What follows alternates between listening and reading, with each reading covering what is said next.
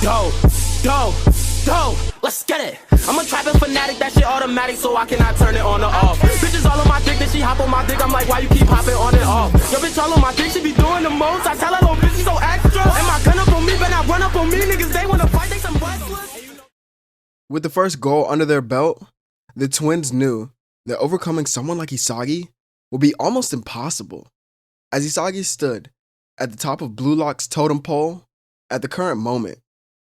This match continues on, and it's a complete obliteration for Team W. They wouldn't even be able to score due to Kuon here not selling them out. Although even though he remains on their side, I think he might steal a goal from someone like Chigiri or Kunigami. But that's all.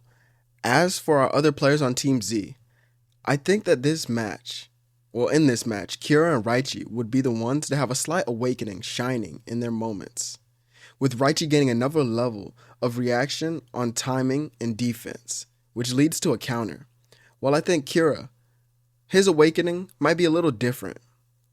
I was looking back on his reaction to the original show of his elimination, and he became dark and twisted, so I think his ego would show that. Kinda similar, in a way, to the Destroyer version of Itoshi Rin. Kira here would tap into the dark side of himself, an almost greedy manner, in a way. So he makes sure that he gets the ball and he does what he wants with it, only seeking victory for himself in the most, I wouldn't know how to describe it, in the most greedy way he could score, without passing, doing movements that draws attention to him. He wants everyone to focus on him, but he does that by now showing off one of his new abilities. And I'll be calling that kind of like a bait and switch, as it's just a true misdirection move that makes his opponent think one thing while he does a complete other. With everyone on Team Z leveling up together, they get this win and then get ready for the final match of this selection, that being against Team V. They all sit and watch the clips or the highlights of Nagi and the other two people who were on their team. But there were two people missing from this meeting, Isagi and Kira. They were seen on the training field in another 1v1 situation. This time, Isagi was drawing out more and more of Kira's greedy ego, which was making him play even harder. If he could harness this now and overcome it, he might even rival Isagi one day.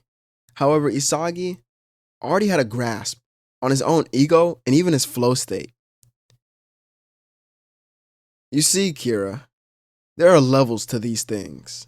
Isagi then dashes around him while dribbling the ball. He then spins around his opponent, making his head turn. See, what you fail to realize is that you just fell into what you thought was a pool of skill that you had awakened. But this is like an ocean, as there's no telling where it ends, and once you get deep enough in it, you've lost where you began. Isagi then drops into the ground with an ankle breaker and scores a goal, as he then wipes the sweat off his face while smiling. But this isn't bad at all for a start. He then thinks to himself, I'm progressing a lot faster than I had noticed. It's beginning to get a lot harder and harder for me to tell which foot I was born dominant with in the first place. This is where a flashback montage of every goal that Isagi has scored in Blue Lock was shown to be with his weak foot, as he's been training it. And then more of his training on his body to keep it balanced as possible. When Isagi was seen again, Ryo was the one to interrupt him, asking if he truly thinks he can go against Nagi. He's watched his previous matches and he's not impressed, as it seems that Isagi can't win without relying on others. But Isagi can only scoff at this. Yeah, and I've seen your highlights as well, if you can even call them that. I've come to Blue Lock in order to become the very best, nothing else. But it seems that you've come here for other reasons. I'll destroy Nagi right in front of your eyes and make you two realize how useless you are without each other. Isagi then continues to train until match day arrives and both teams step onto the field. As at first, they really wouldn't care if they would win or lose. They've already made it into the next selection because of how many times they've won. Team V would start with the ball and Ryo gets it, telling Nagi to get ready. The lazy genius is seen running with his eyes widening, watching Ryo become completely locked down by our protagonist. Isagi leaves him no room to breathe, guarding him close. What's wrong, Mikage? Having trouble? Ryo goes to dribble, but it's stolen, and Isagi activates his own eyes. But while doing so, Kira is seen running right by his side as he came out of nowhere. Yo, Isagi, let's go. Seeing him like this, the two of them have their first chemical reaction here, running through the field in sync. It's not really like Kira was working with Isagi well. No, it was Isagi who was feeding off of Kira's own selfish and greedy ego. As he was just balancing off of that, keeping up with him. Well, in a way, Isagi was slowing himself down, leading to Kira's first goal and his new gluttonous ego. With the first goal being scored by just the two of them working together, Ryo sees an opportunity for Nagi. He wants to recreate something like this, but when trying to do so, they would of course fall short, leading to Ryo not understanding why that was the case. He didn't have time to think, as Team Z would already be on the counter, with Bachara crossing the ball to Chigiri, who ran up the field, but Zantetsu was right there with him.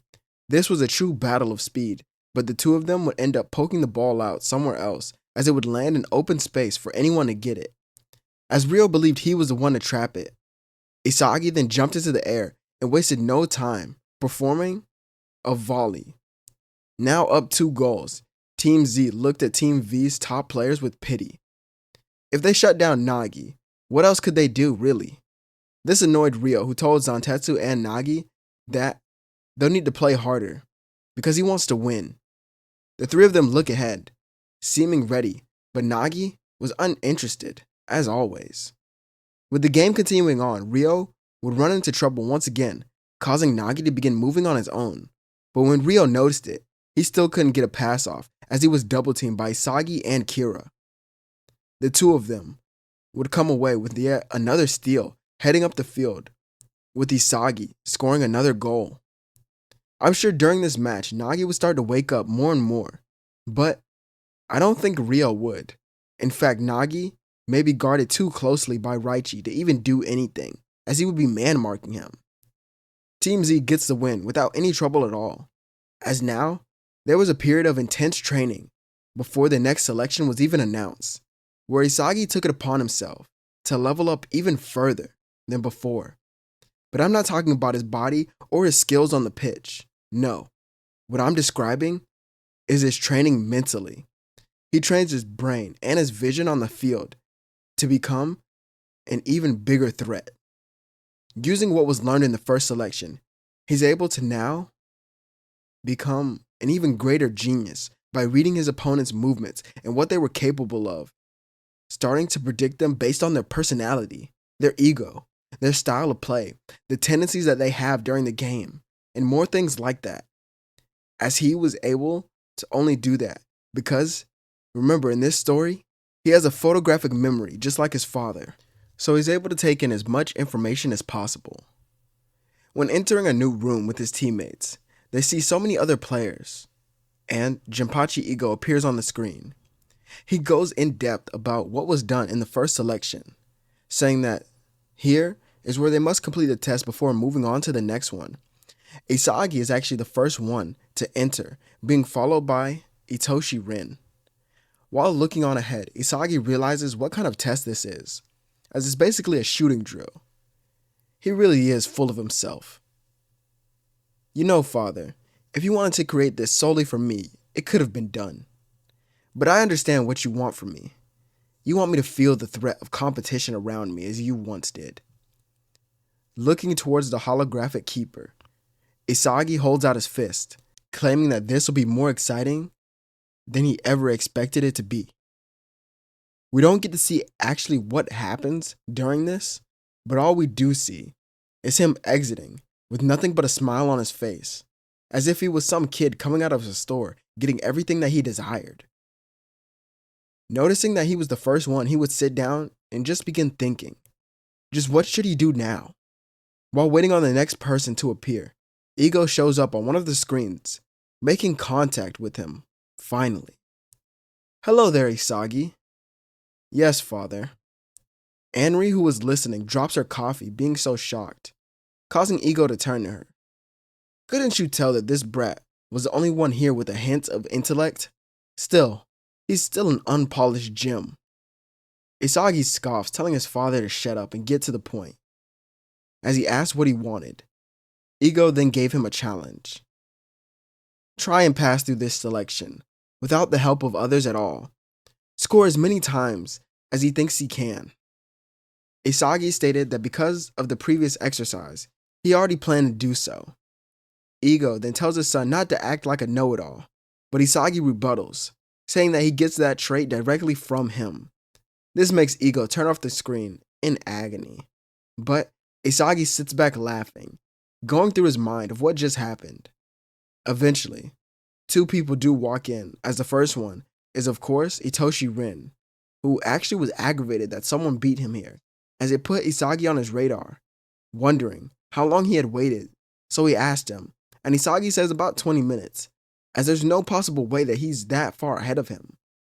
And then about 10 more minutes later, Tokimitsu would walk into the room, as all three of them would just team up and move on. Rin was already agitated, but this may mean that he has a rival here in the facility. But how could that be? He does know there were other variants of the teams, like Team Z, V, X, and other stratospheres of the facility. But he didn't know that they had someone like Isagi, so he'll just have to see.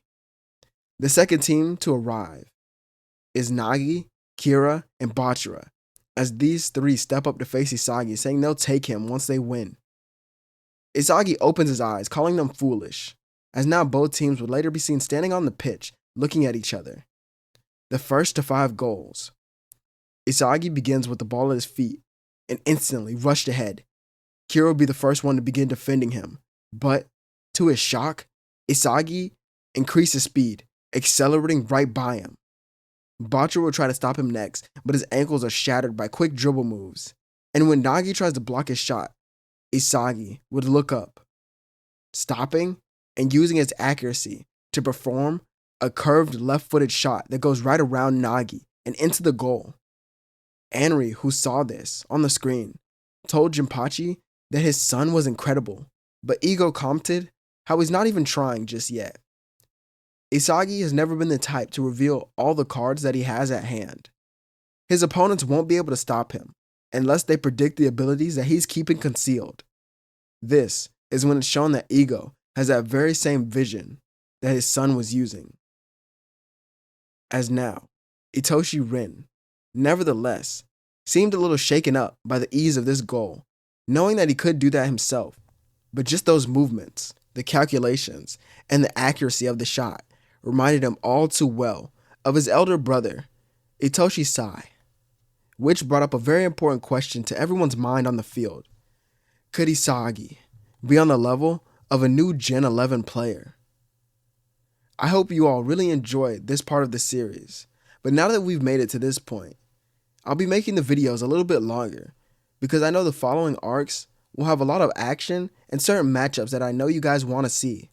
If you like Blue Lock content and wish to see more on my channel, consider subscribing, as this is Zero, and I'll catch you all on the next one.